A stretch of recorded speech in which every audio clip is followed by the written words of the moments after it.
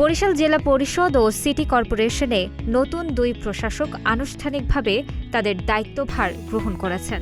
সোমবার সকালে আলাদা অনুষ্ঠানের মাধ্যমে বিএনপির দুই কেন্দ্রীয় নেতা আকন কুদ্দুসুর রহমান ও অ্যাডভোকেট বিলকিস আক্তার জাহান শিরিন এই দায়িত্ব বুঝে নেন।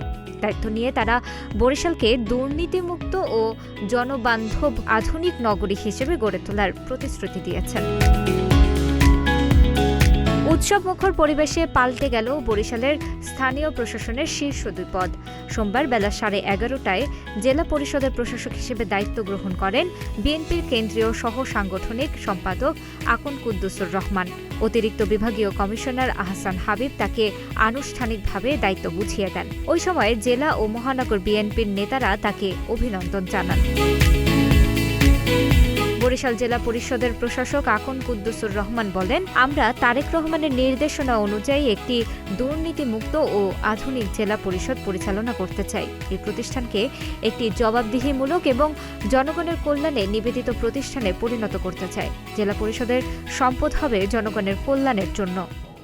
বরিশাল জেলা পরিষদের অধীন যে সমস্ত জমি রয়েছে, সম্পদ রয়েছে, দোকানপাট রয়েছে, সবগুলিকেই জনগণের কল্যাণকামী এবং কল্যাণকর প্রতিষ্ঠানে পরিণত করার জন্য ব্যবস্থা নেওয়া হবে।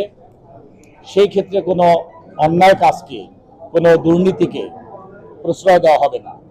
আমিও যদি আপনি যে প্রশ্নটা তুলেছেন এরকম কিছু ঘটে থাকে, অবশ্যই তার বিরুদ্ধে আইনানুগ ব্যবস্থা নিয়ে সঠিক এবং কার্যকারী পন্থায় পরিচালনা করা হবে।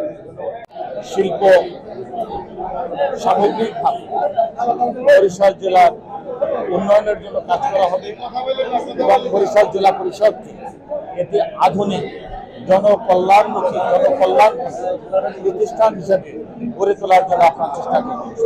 এদিকে সিটি কর্পোরেশনেও লেগেছে পরিবর্তনের হাওয়া। দুপুর 12:30টায় কেন্দ্রীয় শহীদ মিনার চত্বরে এক বর্ণাঢ্য অনুষ্ঠানের মধ্য দিয়ে দায়িত্ব বুঝে নেন কেন্দ্রীয় সাংগঠনিক সম্পাদক অ্যাডভোকেট বিলকিস আক্তার জাহান শিরিন।